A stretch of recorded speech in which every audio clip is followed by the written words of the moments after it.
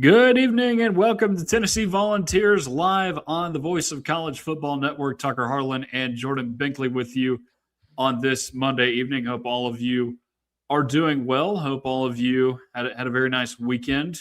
No Tennessee football games to discuss anymore. So sad the 2025 season is over, but we have ushered in a new year. Happy New Year to all of you. Hope you enjoyed the holiday season. It's always a fun season every single year. Unless, of course, your team is losing in a bowl game, but we'll get to that in a minute. But again, hope all of you had a great weekend. If you're new here to the channel, please like, share, and subscribe to Tennessee at the Voice of College Football. Would really help us out a lot. Helps you get close to all the great Tennessee football content that you enjoy. As you can tell, I'm a little off my game right now. We've kind of been out of sync for the last couple of weeks with our shows. We do the live show every single week typically, but we didn't last week because we had to talk about a bowl game on Tuesday. So had a little bit of a wrinkle in our schedule. But no, we have plenty to discuss tonight, as you guys have probably seen at this point. We're not going to get into it all at once because we're having a special guest on our show here later. Ryan Schumpert of Rocky Top Insider will be joining us hopefully in the next 10 or 15 minutes. He's covering the SEC availability report for Tennessee basketball tomorrow. So we'll be sure and discuss that with him a little bit because, they lost this weekend. So not been a great week for them. But Jordan, how are you doing? I feel like I've talked a lot about nothing here in these first 2 minutes. I'm doing pretty good. I'm excited to get this new year underway. I'm excited to see what Tennessee's got for the future. And on Wednesday, I'm going to be celebrating my 27th birthday. So I'm getting excited for that, trying to get together with some of my friends. Yeah, I know, man. 3 years away from 30. Who would have thought? It's your Al Wilson year. Oh, yeah. Yeah, that's why Tennessee fans celebrate. It's Al Wilson year. Or I guess to our generation, it's the James Pierce year because we weren't alive to see Al Wilson. But no, we recognize it as the Al Wilson year in Tennessee athletics. So I guess there's no real good 24s out there in recent memory for Eric anybody Gordon. in Tennessee athletics. Yes, one. He made one nice play back however many years ago that was. I guess it's been 14 years since he had that pick six against Vanderbilt to win the game. So, that's the only one that comes to mind when I'm thinking of 24s off the top of my head. So maybe Aaron Hayden too. I can't remember what number he had. Potentially. I just know that 27 is a better year in the scale of Tennessee athletics than 24. Yeah, got some good players in there for sure. Heck, even 26, when you get off your parents' insurance, you get Willie Galt at least. Oh, yeah. Yeah. I mean, that's one thing to look forward to because that insurance thing is not fun, man. Not fun. Still trying to find some insurance as we speak. Yeah, it's a mess. It's a total mess. But I think in order to move past this 2025 season, we have to go back and reflect a little bit on what we've seen here in the last season of Tennessee football. We obviously spent an entire show recapping the bowl, what Tennessee needs to do moving forward, and why Tennessee needs to do those things moving forward. I think is because of a lot of things we saw this past season. But Jordan, I mean, how are you going to remember the 2025 Tennessee football season? I don't know. I mean, there's a lot of confusion with this season. I mean, considering the outcome, because, like Tennessee started off the season seemingly on fire, seemingly going to be a college football playoff contender. And then by the end of the season, you just wonder if Tennessee was so good because of their lack of competition. I know it sounds weird saying in the SEC, and I know Tennessee played tough against Georgia, but I mean, that last slate down the road was pretty rough. I mean, losing to Vanderbilt, which I know Vanderbilt was a fringe playoff contender team. But losing to Illinois, I mean, I know they were good too, but it's like Tennessee didn't have any ranked wins this season. They technically had a bowl eligible team in Mississippi State, but I mean, like, I don't know. It's just really hard to grasp with this team considering like there really wasn't much to write home about except for statistics. I mean, the wide receivers played well. There was moments where Joey Aguilar looked good, like he almost broke Peyton Manning's record. I mean, there's things to take away from it, but I mean, it ended up being a rebuild year of sense is my probably my biggest takeaway. Yeah, my biggest takeaway from 2025 is that Tennessee did not get better over the course of the season. You come out, you give Georgia a fight, you make the field goal to end regulation, and maybe we're singing a different tune about where this program is going into 2026. But you don't do that. That's not the last time we're going to talk about that in this show, by the way, as it relates to a pretty major headline this week. But I just felt like after that moment, you didn't really build up a whole lot of trust in this team to be near the top of the SEC down the stretch because you see the Mississippi State game and you see the Arkansas game, a lot of repeated mistakes in those games. Obviously, Alabama is Alabama. But even after the loss to Alabama, you're still thinking this team has a shot at getting to a college football playoff. You get 2 home games in Oklahoma and Vanderbilt, and then you have a couple struggling road games or struggling teams on the road in Florida and Kentucky. You only win the road games, which in a way makes it more disappointing because your 2 losses down the stretch were at home. And then by the end of the season, you're not even interested in the bowl game, which I think that is a larger problem in college football itself. As we are, we're moving into an era of college football where 9 wins is no longer good enough to keep most coaches around at major college football programs, and I hate that's where it is, but it's the truth because used to be you better win 6 and make sure you keep winning those 6 to 8 games a year at minimum to try and get to the ball game and then compete for a national championship eventually. But that's just where we are now in college football, and it's unfortunate, but this team it got worse as the season went along. 2016 all over again in some respects. Yeah, and it was disappointing. And then talking about regression, I mean, I remember keeping up with stats throughout the entire season on the offensive line for sacks allowed and tackles for a loss. I revisited those stats recently, and Tennessee was like top 5 in those categories for a while, or at least top 10. And then I think most recently they were 26 in tackles for loss, I think, and then they barely even cracked the top 50, I'm pretty sure, in sacks. And that's just a huge drop off for seemingly a dominant unit for most of the season. Like, I don't know what ended up happening with the offensive line, but I mean, we saw struggles across the board too. It wasn't just the offensive line. I mean, there was times where Deshaun Bishop's production kind of went down too. I mean, he had a couple big games and then kind of went quiet for a little bit, and then he resurged towards the end of the season. But Tennessee just wasn't very consistent this year, and it was a little disappointing. But I mean, they did have a bad hand, like, losing their starting quarterback before the season started, all the off-field drama with who that continued throughout the season. And, like, there's a lot of things that Tennessee had to overcome adversity wise.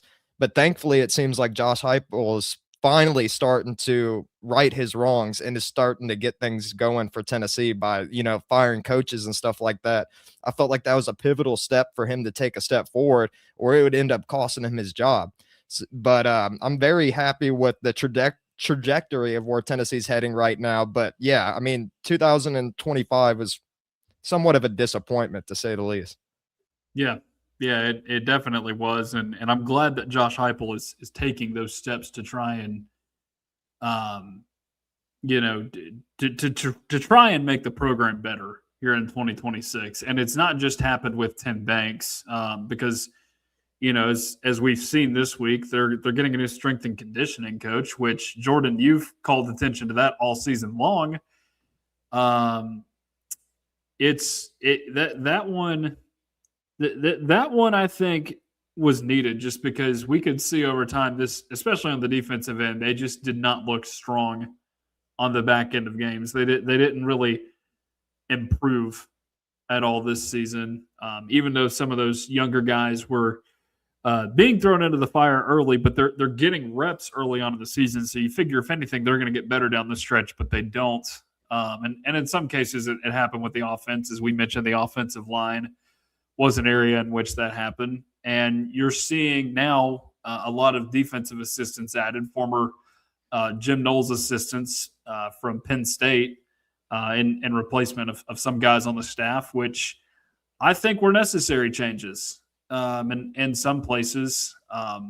One in particular with Willie Martinez. Like Willie Martinez, he hit on a couple different guys out of the transfer portal. I mean, McCoy is going to be a first round pick. Hood is at the very latest probably second or third round.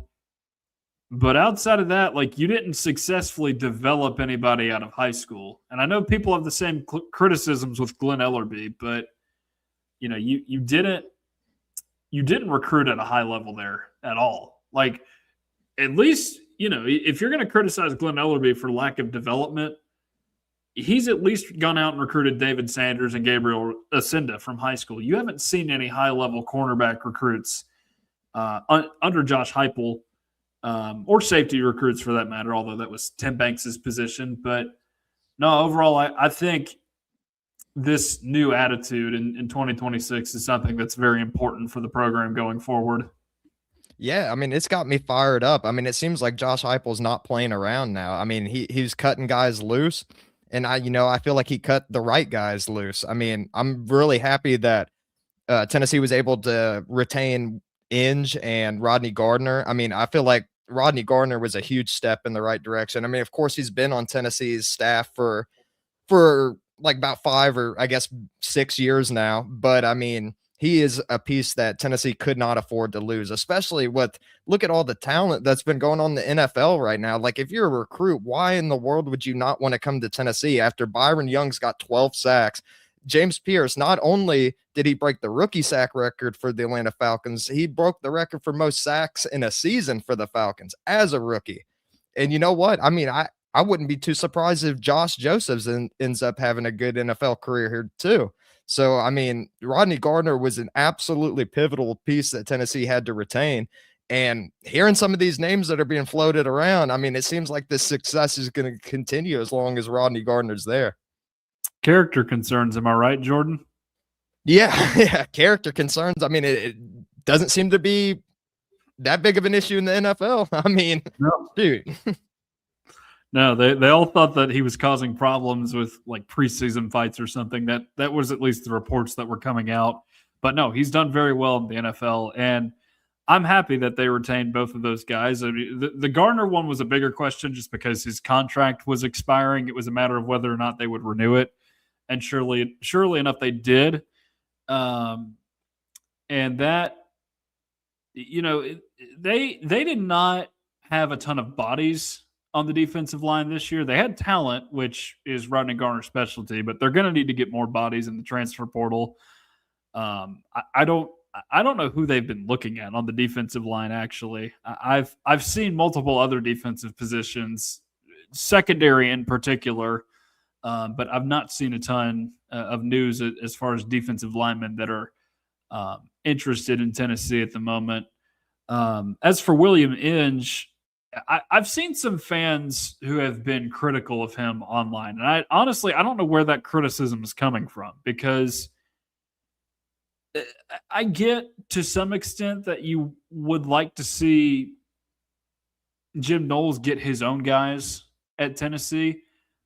But William Inge, you look at where the recruiting was before he got to Tennessee at linebacker to where it is now. I just don't think you can afford to tell a guy like that to leave if he's recruiting at such a high level. Well, on top of that too, I mean, look at how the linebackers progressed throughout the season. I mean, Perlotti was playing spectacular out there, like a highlight reel of sorts, dishing out heavy hits left and right. And then, Spillman has played lights out towards the end of the season too. And then, yeah, you bring up a good point with the recruiting and everything. I mean, Tennessee's got like 2 top 10 like linebackers in this class. I mean, I could be wrong, but they're right around top 10 in TJ White and Braden Rouse. And I mean, add them along with what we've already seen from two true freshmen at the linebacker position, I mean, you can't afford to lose Inge. I mean, I get people complaining about some of the linebacker play. I think that comes with Josh Heupel favoring some of the older guys, but these young guys, they're going to be really good here in the near future. All right, we can filibuster no more because our special guest is here. Please welcome Ryan Schumpert of Rocky Top Insider. Ryan, how's it going, my friend? I'm doing well. How are you guys doing? Yeah, doing Pretty well, good. man. Glad to have you on the show again. It's been a minute since we've talked. It's it's it's very busy now. It wasn't as busy the last time we talked, but we are in a very busy season here. You told me you were covering what was it? The availability report for tomorrow for Tennessee. I know they do the whole balloon popping thing with the turnovers there. Are they doing those with free throws yet? No, but a lot of free throw shooting going on before practice, and some push ups for missed box outs and Ooh, missed layups today. So I guess that was the addition added to Tennessee's practice. good It to was hear it. also funny the balloons, like they've ever since they started doing that, every single team they've played is the same color. They're all red, so they've just been able to use the same balloons. And so I was curious to see they mix it up today, and they did, but it was clearly just like Tennessee balloons that they had somewhere around the facility because the the orange was not Texas orange. It was completely Tennessee orange on the balloons today. Yeah, yeah. So as I mentioned, lots of things to discuss on the Tennessee football front, even though there are no more games to be played. Lots of changes going on in this offseason. And I guess we can start with the coaches here. So you see Tim Banks get let go at the end of the season. And we've talked about that ad nauseum. And you knew that something had to happen on that side of the ball to really keep this train rolling down the stretch. But I think one position or not position, coaching change that happened in this offseason that we were kind of wondering if or when it would happen. And eventually, of course, it did. But they are making a change at strength and conditioning coach with Kurt Schmidt on the way out. Um, to my knowledge, they have not hired anybody yet for that position. What are you hearing about potential replacements there at strength and conditioning coach? And what led to that decision, do you think? Yeah, it's a good question. And look, Tennessee, to your point, like there have been some murmurs out there that this was going to happen. Obviously, he was on an expiring deal, and people oftentimes point to injuries with that, and I think that's can be tricky. And like in this instance, especially, like I didn't feel like Tennessee had as Tucker, as a Titans fan, soft tissue injuries. Like that's the type of thing that will sometimes get pinned on strength and conditioning coaches. And I don't know. I don't know enough about the human body to know whether it should or not. But I didn't feel like those were the injuries Tennessee had. So that's I think doesn't seem likely to be it. Certainly Tennessee did not play well in the second half of a lot of games this year. I don't know what you would credit to. But for, Heupel has obviously been pegged as a guy that doesn't like to make a lot of changes, and Kurt Schmidt had been with him since his first year as a head coach at UCF. It's the only strength coach he's ever had. So definitely notable. And again, it's not like he's had some clear candidate in mind, like that he's just made the quick move. And there's been a couple guys rumored out there. I know I'm blanking on the name. The guy that played at Tennessee, I think in the Kiffin or Dooley era, was a defensive lineman on those Tennessee teams. Is one of those names out there. I want to say he's maybe been at UCLA as the head strength coach there. So there's a couple guys with connections to Heupel, connections to Tennessee out there, but it doesn't feel like anything's too certain, or it's that Heupel had a hand picked replacement in mind when he just decided to move on from Schmidt. Well, I don't know if you can completely blame it on the strength and conditioning coach or not, but I mean, throughout this whole season, I've wondered why Tennessee players are dropping like flies, especially like at the defensive line position. Like, I can't recall a time where Tennessee has had this many injuries that they've had to deal with in a season. And I've blamed strength and conditioning for it because I wondered how hard they're going at practice and everything like that. Like, I don't know if that's the case or not, but I mean, it seems like there's been some clear issues there with players staying healthy. Yeah, there has. and I think it's a combination of one. Tennessee had, I think, been relatively fortunate with injury luck the previous couple of years, so it felt all the worse when Tennessee got some bad injury bug this year, and I think not that it led to injuries, but I do think when you talk about some of the defensive issues and especially the tackling, like I think Tennessee was more thin going into this year, and then they had injuries. I think that led to them tackling less in practice, being less physical in practice because they didn't want more guys to get injured. They couldn't afford more injuries. And then obviously Tennessee was not a very physical football team this year. I'm certainly a very, very bad tackling team. So, yeah, when it comes to is strength and conditioning and how hard they're working responsible for the injuries, like in some cases, it might have contributed, but I look at a lot of them. David Hobbs injuring his ankle, collarbone for Ricky Gibson, like Jermon McCoy obviously tore his ACL before they even got back. I don't really think a lot of the main injuries for Tennessee that was a contributing factor necessarily. So, strength and conditioning coach and defensive coordinator are not the only two coaching changes we've seen from this staff in the offseason. Obviously, you have a change at cornerbacks coach with Willie Martinez. You kind of figured that one was coming just because of everything we had heard the past 5 years, just all the negativity. I know Jermon McCoy and Colton Hood were great players when they were playing for Tennessee, but outside of those guys, it wasn't as if that was a position that was excelling. But you saw another one, and Coach LaVorne Hardman, Coach Chop, as he's better known as, being let go as the outside linebackers coach. What went into the decision with Chop? Is that just Knowles wanting to get his own guys in? I mean, there had been some murmurs about Coach Chop and Coach Gardner maybe having some disagreements over things during the season, and certainly when the offseason ended, there were some rumors that Rodney Gardner might go back to Auburn with obviously Golish on staff, and I think even Sark at Texas kicked the tires there to see if he'd be interested to go there. So I don't know, but the fact that both those guys at different points and obviously Chop ends up not being on staff going forward, had been rumored to go different places. That felt at least somewhat notable. But I'm sure there's an element of it did feel like Andrew Jackson, the new, they're calling it the Leo coach now, not outside linebackers coach, but effectively the same position. It seemed like he was going to be on the staff somewhere. So I think it certainly could have just been Jim Knowles wanting to get his own guys, and everybody that they hired on the defensive staff has worked with or worked for Jim Knowles in the past. So, maybe it's as simple as that, but it did, there were some rumors out there about that that maybe there had been some disagreements. Yeah, I guess that's a good transition there. What are your thoughts on these new hires that Knowles has made with Poindexter? Of course, Andrew Jackson, which, by the way, you can't have a better name than Andrew Jackson and coach for a football team in Tennessee, and Michael Hunter all coming in on staff.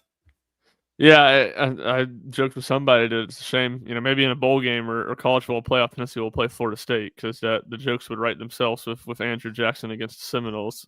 Yes. But no, I think the Pondexter one is clearly a great hire. Like, you just look at his pedigree as a coach; he's had a ton of success. Safety play was really good at Penn State when he was there. The last 4 or 5 years, they've put a handful of guys in the league, and certainly had a ton of success as a player and success as an assistant coach besides that. And it does seem from what I know about Jim Knowles' defense that there's a big emphasis on safety play. Like, that's arguably the most important position. So I think for one, that's just the spot Tennessee needed to make a good hire, and I think it makes a lot of sense that Knowles went out and got a guy that he's very familiar with, even though it was just 1 year that they worked together. But it's very well thought of. And the other two, a little bit less pedigree with Hunter and Jackson. Both, I guess Jackson especially, a little bit more on-field work or traditional assistant coach roles at different stops in the past, and both were obviously defensive quality control coaches or defensive analysts at their past stops. So maybe not just overflowing with experience. I think it's Harris does not have any SEC experience, and Jackson only has like a year at Mississippi State as a defensive analyst. So, those are question marks. But I think when you make a hire like Jim Knowles as your defense coordinator, there has to be a level of trust in him going out and making the the hires that he wants to make on his defensive staff. Well, speaking of Jim Knowles, I've heard rumors that he prefers bigger defensive linemen out there. Do you think that that could be a reason why we're seeing players like Caleb Herring transferring out? Yeah, I think with Herring in particular, that can make sense. You know, he's certainly a very, very wiry frame, and you're talking about a guy that's going into his senior year now. It's not like he's only had a year or two in the weight room. And, you know, frankly, Caleb Herring wasn't very good against the run last year, and Tennessee wasn't very good against the run. I mean, you go back to some pretty bad defenses early in Heupel's tenure, and they were all at least pretty solid against the run, if not great. So, you know, I think that makes a lot of sense. I think anyone that has played, and especially like Caleb Herring, when you look, he had 4 or 5 sacks last year. He had some good moments early in the season. You have 4 or 5 sacks at school like SEC or in an SEC school like Tennessee, you're gonna be able to command some money in the portal. Like that's just how it works. And you look at his production as a whole and what Tennessee's needs are, and to your point, Jordan, maybe about needing to be bigger up front and stiffer against the run, it wouldn't have made much sense for Tennessee to pay him. So that was one that not that I was necessarily expecting, but it wasn't surprising either, just given the way he'd kind of faded off late in the season and his skill set. Pour one out for the Herring brothers at Tennessee. Yeah. It was fun while it lasted because Elijah. Funny. Is Elijah still playing in college football? Because he was at either Florida State or Memphis last I checked. He was at Florida State last year. I believe his last year of eligibility. But, funny story with that. After the Georgia game this year, like walking from the press box back down to the field level for post-game press conferences and such, and the concourse level, I saw Elijah Herring because Florida State was off that day, and that was like such a just like jump scare of like, was that who? Like I know that person, and then being like, oh crap, that was Elijah Herring, and being like, yeah, they're on bye today. But very strange seeing him in street clothes in the concourse at Neyland Stadium. Can't say I was expecting that.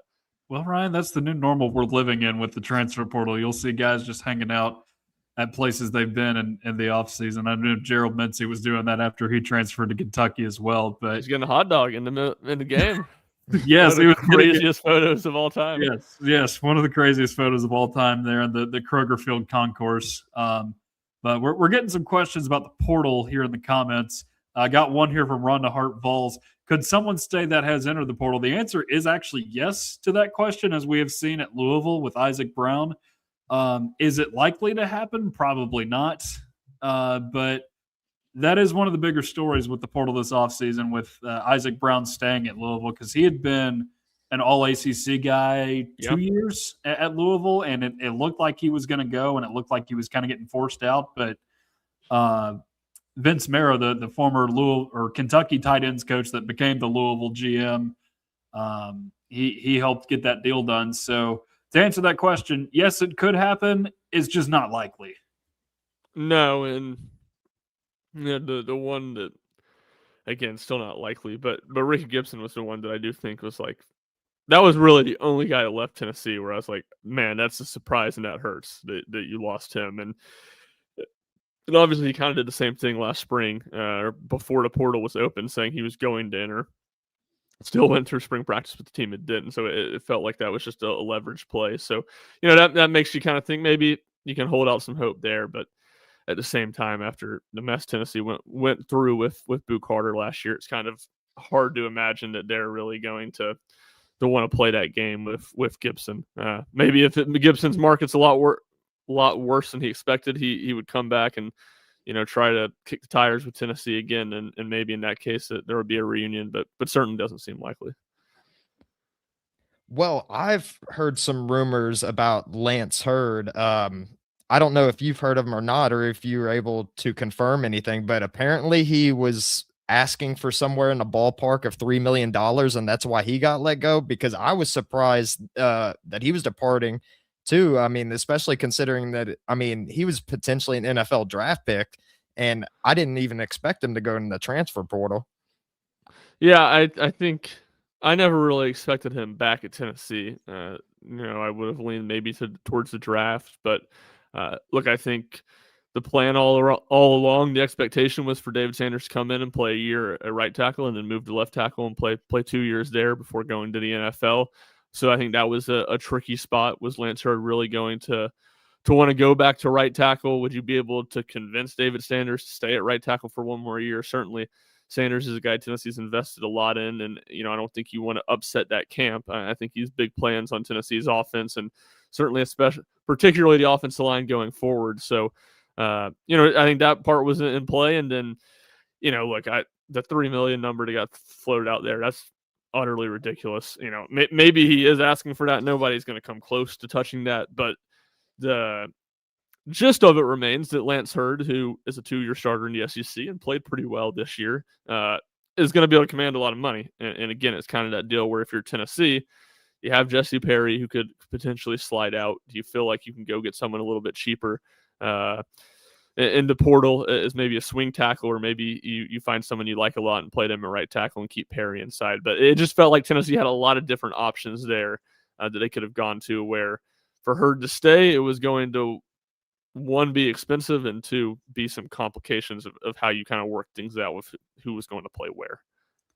There's one thing I've learned about Tennessee football in the portal era. It's that nobody wants to play right tackle. See why Gerald Mincey transferred to Kentucky.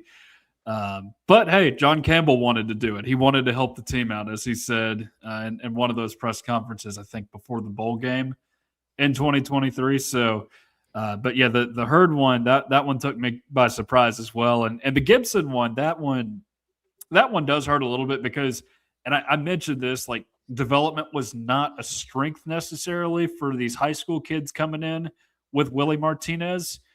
But Ricky Gibson was probably the closest thing you got to having a well-developed corner there. In fact, I think if he had not gotten hurt early on this season, your secondary looks much different.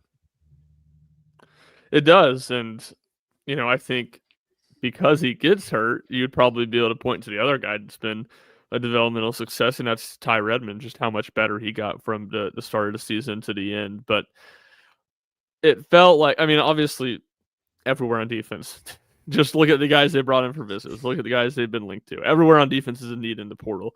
But secondary especially, safety especially, star, no less now you get DeQuay Mosskid in from Kansas State.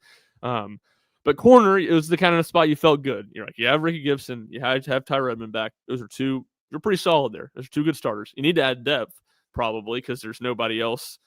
Trey Petit played, 35, 40 snaps in the Music City Bowl. That's about the only meaningful football he played last year. And that's, William Wright's the other guy that got some reps, and he's now out of eligibility. So you went from, all right, you need to maybe add some depth, to now you need to add multiple guys that can play corner, and you need to add one person that's capable of starting for you. So that's where there's just so many questions on Tennessee's defense, and corner kind of felt like the one spot, at least at the starter level, Tennessee was in a pretty good spot at with what they had coming back. So I think that was the frustration or the disappointment in losing Gibson to the portal.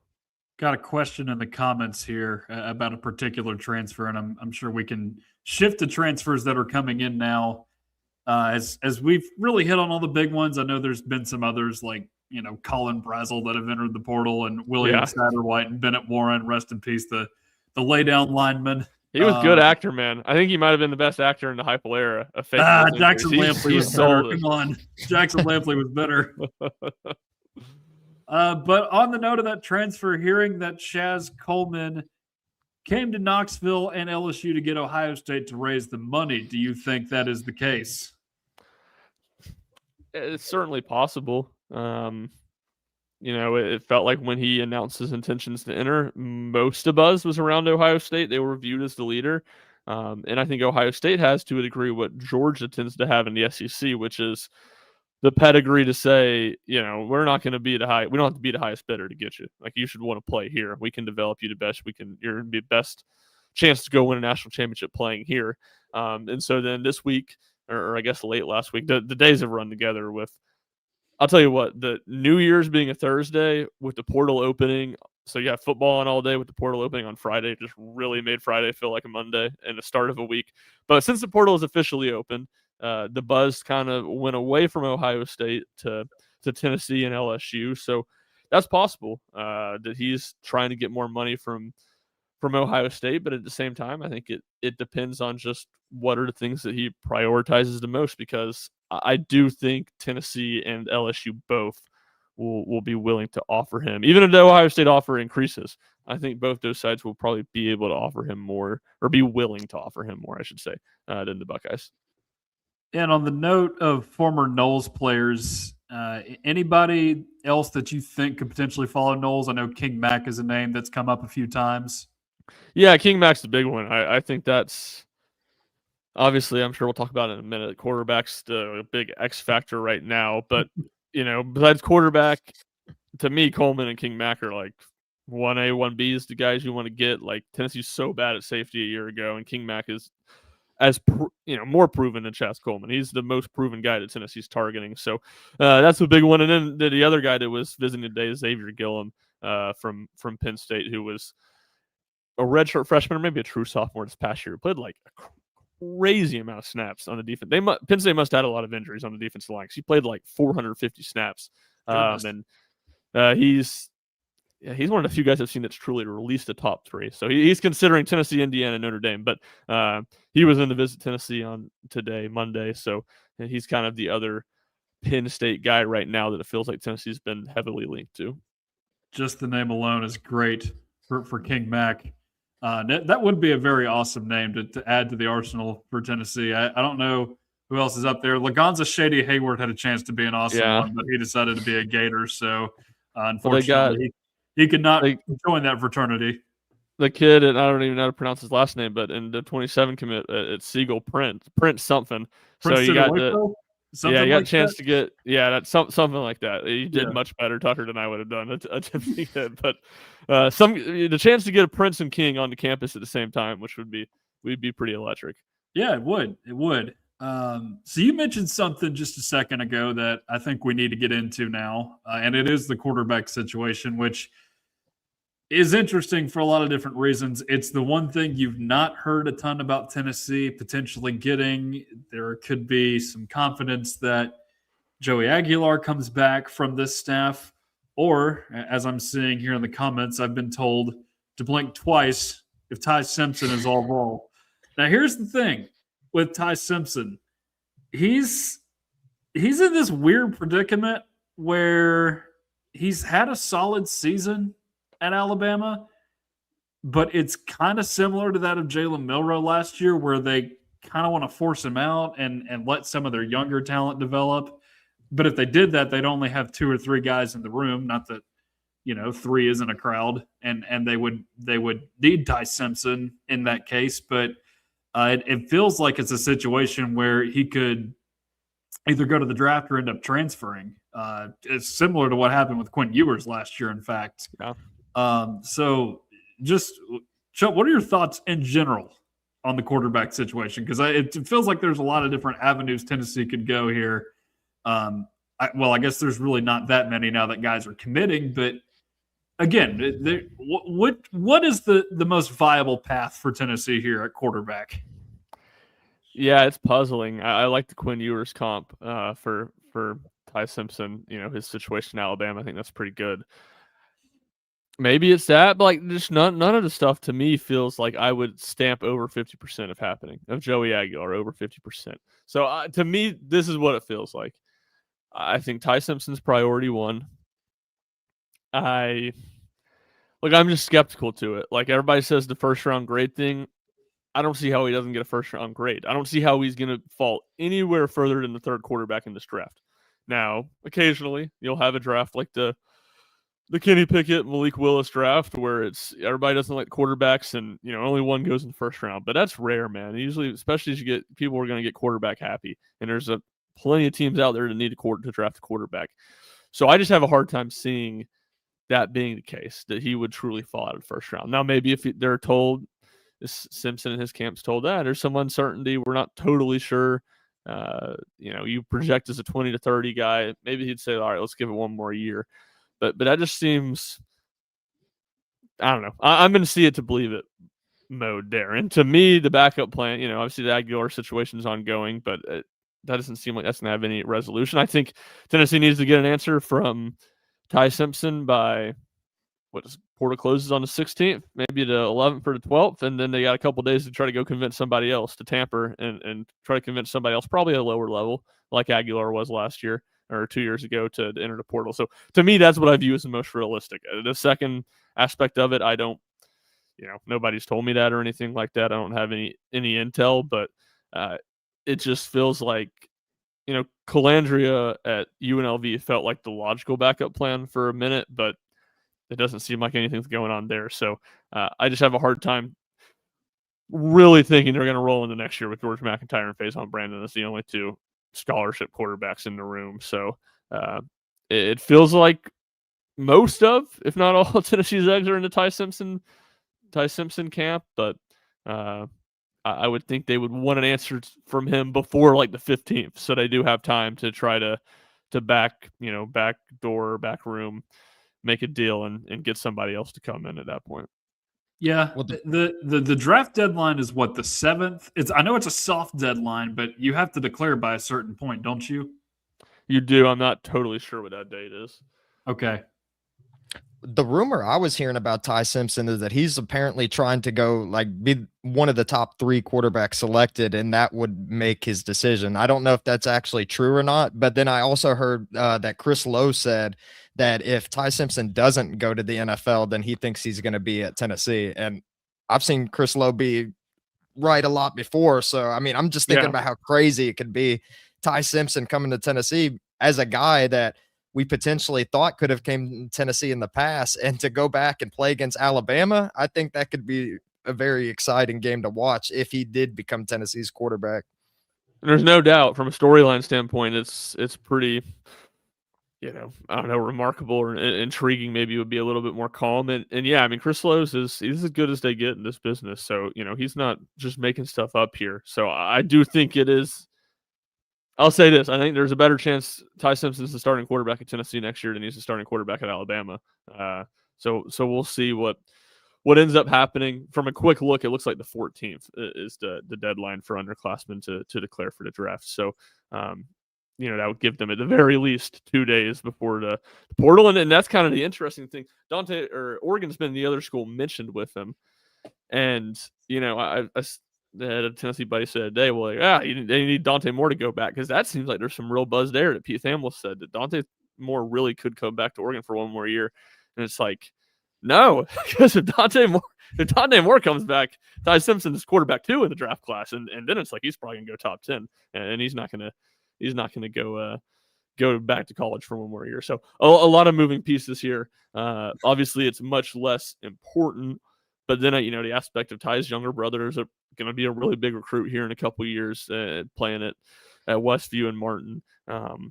So that, you can kind of see how that could, if Tennessee were to get Ty Simpson, how that could really change the trajectory, not just for Tennessee's quarterback room in 2026, but for some potential plans moving forward. Yeah, if Dante Moore went back to Oregon, that would screw up a lot of draft projections, because it's basically Fernando Mendoza, Dante Moore, and then from what I'm seeing, Ty Simpson going as that third guy in the draft, which, again, there are quarterback needy teams that are not the Raiders and Jets. Like the Cardinals probably need somebody. The Dolphins are probably going to have to move on from Tua soon. In fact, if the end of the NFL regular season is any indication, they probably will. So while I'm with you on it's more likely he's going to start at Tennessee than start at Alabama next year thing, I do think the draft is a very real possibility there. And I guess one thing we haven't mentioned, we should, I guess, shout out Joey Aguilar for playing through a tumor all season long and not telling anybody about it. It's remarkable that he did it. I'm not advising that you should do that as a quarterback, but hats off to him for doing it. Absolutely. It's a situation I think creates more questions, than anything. We just get one tweet from Ian Rappaport about it, and to me, that opens up all sort of questions. When did they know? How does that physically affect him? What exactly was the doctor's advice? What exactly was the risk of him playing? All those sorts of things. But no, to your point, Tucker, at the very, very least, I think it speaks very highly of Joey's competitive character, and his desire to go out and play in what possibly, seemingly, for the time being, is going to be his last college year. Maybe that'll change at some point, and he ends up getting one more season. I think the fact that he dealt with that all season alone and didn't tell anybody makes me wonder what he would look like wearing Tennessee orange next season, and instead of potentially handing the reins over to Ty Simpson, just because what is this guy like when he's not having to play with a tumor in an area where he's having to go through his throwing motion? Like that to me is a big what if Tennessee for some reason if Tennessee does not get him back, which is not impossible. But if Tennessee did get him back, I think it could open up a lot of possibilities for next season, especially with what you've got on the defensive end. Yeah, you wonder about it for sure. And again, I think that goes to when did this happen? Was this something they discovered in October? Is this something they discovered in August before the season, in July? All that sort of stuff. And again, how much did it physically impact him? If I'm not mistaken, and I could be, I don't think the report ever said, which bicep, which arm it was in. Was it his throwing arm? Was it his left arm? I mean, serious either way. But to your point, Tucker, of how much did that really affect him? It just goes back to what I said. It created a lot of questions that are completely unanswered because Joey's not meeting with the media right now, and it was just one report from an NFL insider and not like some feature story from someone like Chris Lowe or something like that who was able to sit down with him. Well, it seems like Tennessee's done a good job. I mean, I'm not sure if he withheld that from Tennessee or not, but I mean, Tennessee's left it up for interpretation a lot with injuries throughout the season. Like until you mentioned it, Ryan, I didn't know it was a collarbone issue with Ricky Gibson. Like I was actually researching that the other day and had no clue it's his collarbone because they said it was like his left arm or something like that. Like I don't know how Tennessee keeps all this under wraps. Yeah, Tennessee is they're certainly very secretive about the injuries, and a lot of it is we don't even know. You finally get to see those players on game day, and what you get a feel for what body part it is that is injured, and stuff like that. So yeah, I'm sure the doctors knew, and Joey's aspects. I don't know how Tennessee wouldn't know about that, but no, everything's usually very, very vague and often unclear when it comes to injuries in Tennessee. Yeah. Just walk into the 10 minutes of practice that they show you because you really don't get to see much. And you don't even get that during not let alone during the season. During the you season. Get it for they shut it off 2 weeks before the season starts. You don't even get all of preseason camp. So no, yeah. So certainly a lot of uncertainty there. They could work for the CIA. Absolutely. Yeah, they got it locked up like the CIA. That's for sure.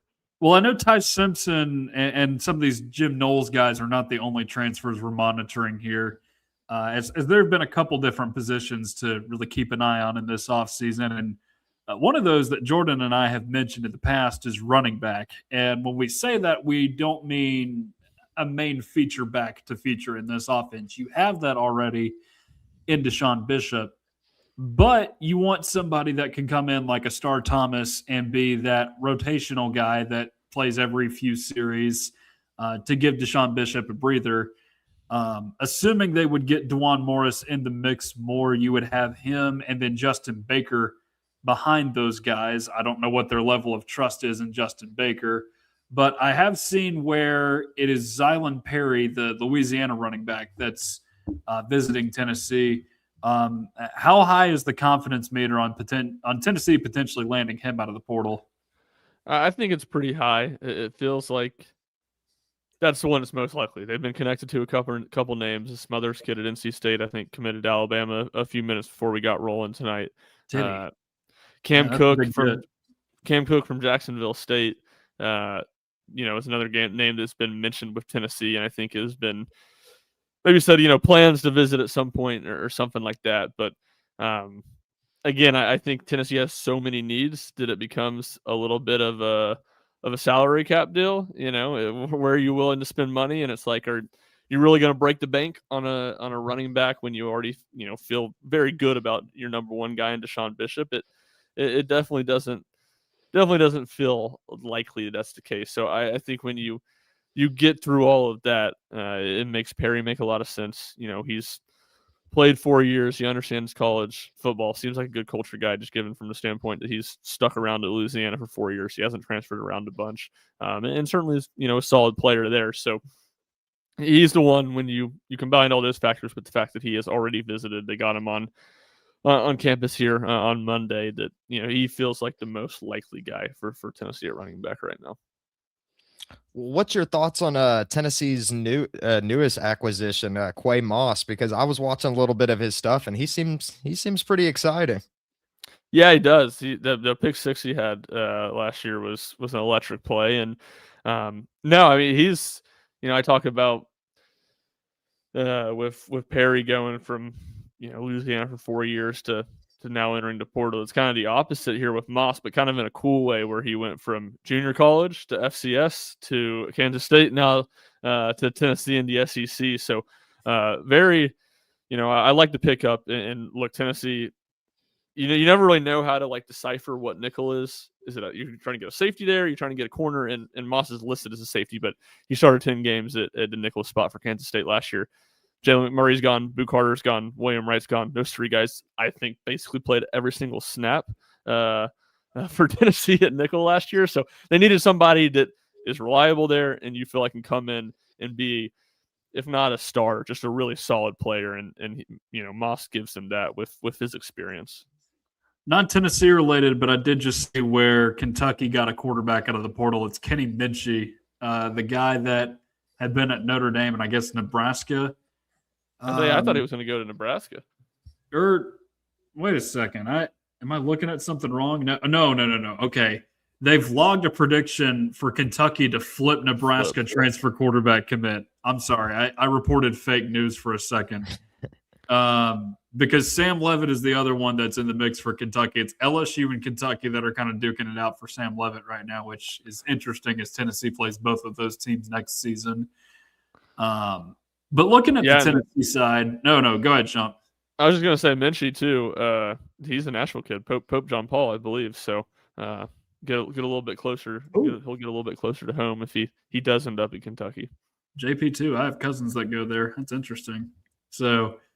But looking around, you've got a few more names that you're really keeping an eye on. On the offensive side of the ball, there's one in particular that I've seen today. I haven't seen any more updates since I saw it earlier, but Ori Williams, the offensive lineman from LSU, which is kind of interesting considering that he would maybe be replacing the lineman that Tennessee got from LSU and Lance Hurd. What's the confidence meter there?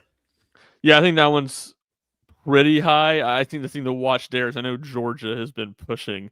So does he show up in Athens for a visit, in the next day or two? It feels like other than that, Tennessee's going to be able to get to the finish line with him. But, again, I think that's interesting. Is there that Ori Williams and Tennessee's offensive line recruiting as a whole, portal recruiting this cycle is one of the more intriguing things to me, because are they bringing Ori Williams in to be like a swing tackle this year and then, maybe start him at tackle in 2 years?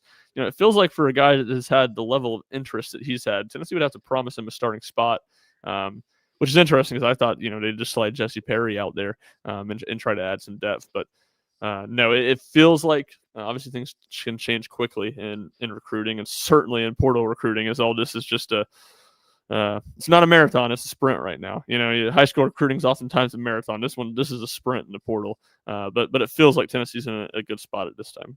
Yeah, comment here talking about how it is indeed a marathon and not a sprint with some of these portal guys, because you've got plenty of guys that you're eyeing in the portal. We got a question in the comments that I think we've all been thinking about since this announcement was made, but Tennessee is without a starting kicker in the offseason, with Max Gilbert officially transferring to Arkansas. Of course, Tennessee's probably going to get walked off there in year one of Ryan Silverfield by a Max Gilbert 50-yard field goal. That's just how that stuff works, man. But what's the deal here, Shump? Do you look within, or is there somebody else? I know the guy that walked Tennessee off in the Music City Bowl is now a Texas A&M Aggie, so he's off the board. Yeah, I think it's a portal guy. it's not like Tennessee's had some young guy behind Max Gilbert that they've been, preparing to be his predecessor. Gilbert still has 2 more years of eligibility. I'm sure that was Tennessee's plan, was for him to start for 2 more seasons if all went well. But yeah, it did feel like a breakup was needed, and Gilbert will probably be better in a better spot where he can get a fresh start. And it certainly felt like Tennessee needed one. Their kicking was not as good this year as it needed to be. So I think it'll be someone in the portal. I haven't seen any names that have been linked to Tennessee. Obviously, the Illinois kid ends at Texas A&M. So we'll see. And Heupel is, they got McGrath was a portal guy. Charles Campbell was a portal guy. So Gilbert's kind of been an outlier for Tennessee as someone that they recruited from the high school ranks. It's been a lot of portal kickers. So that's fully what I expect Tennessee to do. So you're saying just keep using the portal? Kickers a spot like, yeah, why not? To me it's kickers and quarterbacks, but quarterbacks to why not simple. Brendan Sorsby's getting $5 million, and he's not that good. He's a good player. He's not $5 million good. I don't think you got to break the bank on kickers. So see someone that's kind of proven it to some extent in college, and ideally at a big school like kicking into the Big Ten at Indiana or at USC like McGrath does. So you kind of feel good about them being able to handle, if not big moments, at least big crowds. Well, I'm not sure where his interest lies or not, but I saw that Arkansas's kicker entered the transfer portal. How funny would it be if Tennessee had the second trade in college football history?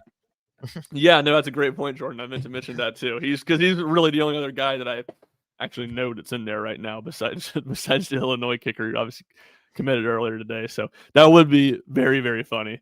I don't know how he was this year at Arkansas. I do remember 2 years ago when Tennessee played Arkansas in Fayetteville, and that was early in the season, like the first week of October maybe. I know at that point in the year, Arkansas's kicking had been an absolute disaster. And I think Arkansas made some kicks that game too. Now, not that they were all super long.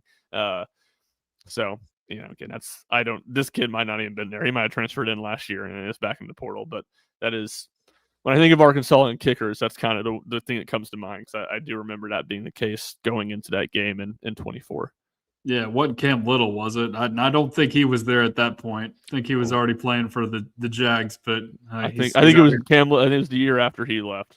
Okay, yes, because he had already started on his record-breaking career that he just added another chapter to this week against our Titans, which is so sad. But Tucker, you'll get a kick out of this. Jack Foster said in a group message when he made that kick, he just sent like in all caps, Cam is the GOAT or something like that. And I got just simple of that, no context screenshot. So when Cam Ward's back and rolling, I will be sending that. Jack Foster, Cam is the GOAT. Yes. Jack Foster, noted Trevor Lawrence truther. He's not. I don't even consider him a Jacksonville fan. I just think he loves Trevor Lawrence. No, we were arguing. We were talking about that yesterday, and he was very clear. He goes, I don't care about Jax. I'm just a Trevor Lawrence fan. Yeah. Just 3 more guys here that I keep seeing that I want to get your thoughts on before we end the show. And Jordan, if you have anything else, be sure and add it. Defensive guys: Jacquez White, Lyric Rawls, and Kamori House. I saw Kamori House took the picture earlier today and posted on social media. What's the feeling around any of those guys? Yeah, I mean, House, it feels like it's Tennessee, Arkansas, to stay on that point. He was at Arkansas over the weekend. I did not catch him anywhere, even though I was there for basketball. I should have tried to sneak into the facility and see if I could find him. But that's the deal with him. The white kid from Troy who was here today, he visited Virginia Tech. I want to say he told Ryan Callahan and Matt Ray, those 2 guys, that he's not taking any more visits, going to make a decision, and then we'll see what happens with Rawls. If you're Tennessee, that one seems less like imminent and something's going to happen. So we'll see what happens. But I like the little bit of his tape that I've seen and the amount of snaps he played and all that stuff last year. I like him. If you get him and King Mack, I think that's would be a pretty dang good combo for Tennessee to get a safety in the portal. All right. Well, I think that just about covered all the bases. We had a lot to talk about tonight. Yeah. With all the portal madness, I'm sure this will not be the last time we discuss anything on the portal front, just because it's it all keeps coming. It all keeps coming, man. It does. It's I think it's a mix of the way the calendar works now with it not officially opening until January. That seems just nationally has made it a little bit more crazy, and certainly Tennessee, from a quantity standpoint, is being far, far more aggressive this year than they have been in the past, and for good reason. So that combination is made it extremely hectic. It feels, as I said to somebody earlier today, it feels like every 45 minutes there's a new name Tennessee's linked to, or a new guy Tennessee's trying to bring in for a visit. So I'm sure it's not going to slow down here anytime too soon. Actually, one more thing, just a quick comment here. I hope we use GMAC and spend the money across the board, sign a QB number 3 from high school. Are there any intriguing prospects we need to be watching Tennessee to potentially land in high school right now? Because I saw where they offered the kid that's committed to Illinois or is at least really interested in Illinois, but I'm not seeing much on that front. And he's a 27 anyway, yeah, so that would that's what I mean. 2027 kids. Yeah, I don't see how you can go into next season with GMAC and Faison Brandon as your only two. I mean, you're an injury away from an injury away, and if you get one of those guys drops, like, you're gonna have to be so cautious with how you use whoever the backup is, and cannot run them at all. Trying to do your absolute best for them not to be taking hits, like you're flirting with danger really, really heavily if those are the only two scholarship quarterbacks you have on the roster. Which is why you should have gotten Legend Bay. If that was the plan. If that was the He'd plan have all been along. a good Lynn Bowden, backup, break in case of emergency plan. Yeah, it could have been a Lynn Bowden type situation. Well, listen, Ryan, thanks for joining us tonight. Of course, Ryan Schumpert of Rocky Top Insider here, our very special guest. Ryan, tell us what you guys got going on over at Rocky Top Insider. It's busy times, a lot of transfer portal stuff. So tons of what we've been talking about. We'll have stuff keeping everybody updated on what's going on there, and then Tennessee basketball, men's basketball and women's basketball both. We'll have a ton of coverage. Vols play Texas on Tuesday night. Rick Butler and myself will be there, and then Ryan Sylvia is handling everything on the Lady Vols front. So no shortage of Tennessee athletics, and we got everything you need covered over at RTI. Yeah, glad to hear it. May have to start keeping tally on free throws all season long. It's been a problem for a month and counting, man. I know that you can't oversimplify games, and Rick Barnes was upset with other things, but you're in a game like that where it's so close the entire way and it gets away from you in the end. You just wonder, what if you had made those free throws, man? Because it was the exact margin they lost by. And it's the fact that Arkansas shot 28-31. Like, Arkansas was stellar at the free throw line that game too. So it was a glaring difference. But no, I think it's going to be maybe not as big as an issue as it's been, but I think it's going to be to some level a recurring issue. Nate's the guy that's got to shoot him better, because Nate's going to get to the line a lot, and should be a good free throw shooter, And Jalen Carey's not a good free throw shooter. We got 2 years of evidence of it. He's not a good free throw shooter, so he's going to struggle when he gets to the line.